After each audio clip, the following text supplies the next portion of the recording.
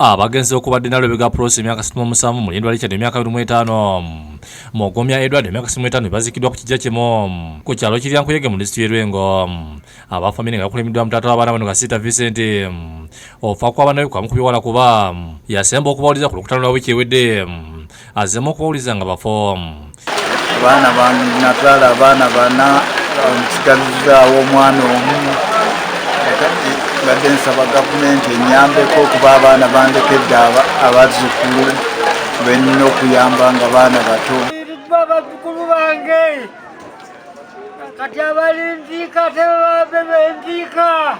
Ye Meya w'Erwengo Town Council Joseph Lubega Bazono n'asisite mu kuziika n'asaba famire ereme okugendera ku ŋŋambo. Obola nti abasawo ab'ekinnansi akasente bakyakafuna kubanga waliwo ali wano nga yagamba mwami Kasita kino ani yali akirabye abantu basatu.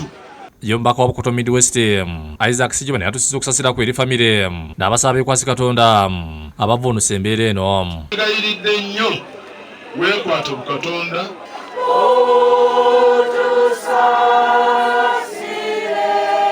Olwo abaddewo misi y'okusabira abagenzi ng'ekulembeddwa mu Reverend Father Francis Mukasa okuva ku kigo ky'Ebireezi akubiza abazadde b'abaana bali mu buyinike nti tewali kijja nga Katonda tasazeewo. Kubanga byonna bibaawo Katonda ng'ayagadde. Olwo abagenzi baziikiddwa ku kijja kyemu. N'abakungubazi ab'enjawulo batendezza omugenzi Stanley Sekatawa abadde omubulizi w'enjiri mu kkanisa ya Power of His Resurrection emulaga yafiira amataba mu disitulikiti Mbale ku Lwomukaaga. Abakungubazi bagenze mpaka ga kitaawe Katenda Luutu akasangibwa Mulago okusabira omwoyo gwe. Omusumba w'ekkanisa mwabadde aweerereza Geoffrey Sebagala yogedde ku gy'envudde waabwe n'omugenzi mu kuwulira enjiri. Twatuukanga tulya tusobaanemu, twatuukanga tusiiba mu kazigo kamu ne tujja nga tukoze ebintu bingi ebisobose ne bisoboka ebigaana ne bigaana naye ne tusigala nga twekwatidde mu Mukama. Omusumba ategeeza abakungubazi ng'omugenzi bwe yasikiriza omugole Hussein Kasadi yabadde agenda okwanjulwa okulooka nga kyali kimukakatako ogenda okumirira ku mukolo gwe. Bwe yajja Stanley n'amubuulira enjiri nakkiriza okulokoka. Mu wiiki 3 omuwala oyo Stanley yamusabira ekikukuto. Mwami wange agenze okufa nga hospital bills ziri cleared yali tangambe na okuŋŋamba omwezi mulamba. Baagattibwa ku ntandikwa y'omwaka guno era nga ebisunzi zadde lyabwe lisooka mu bbanga lya mwezi gumu. Stanley wange abadde anjagala ebyaddala.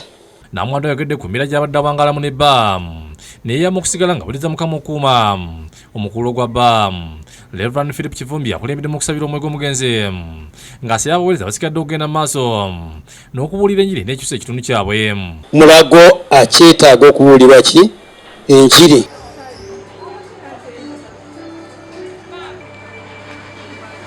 Mu ngeri emu abakungubazi bagenze mmoja okuziika Ronald Mutebi eyabadde avuga emmotoka Super Custom yatubidde mazzi Embaale. Aziikiddwa ku kyolugasa mu Gombolengo gwe ebuyuke nga Reverend Father Aluzi Yasigonzaga yakuliddemu okumusabira n'akubiriza abantu bulijjo okumanya obuyinza bwa Katonda.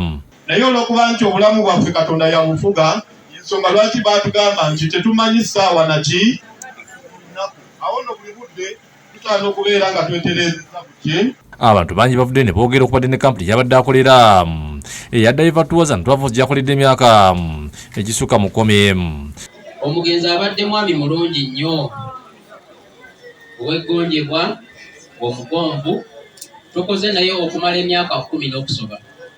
Omulimu Mutebi kwolesa bakozeemu mugende nagwo mu maaso kubanga Mutebi akola wakwegatta tube bumu tukole bwe tuti. Basondedde bamulekwa ssente okubadde n'omuwere abadde yakazaalibwa. Olwo nno tuzikwase abaana bano ng'entandikwa esookerwako. Download the app on App Store or Google Play Store now. Vision Digital Experience, the future of media.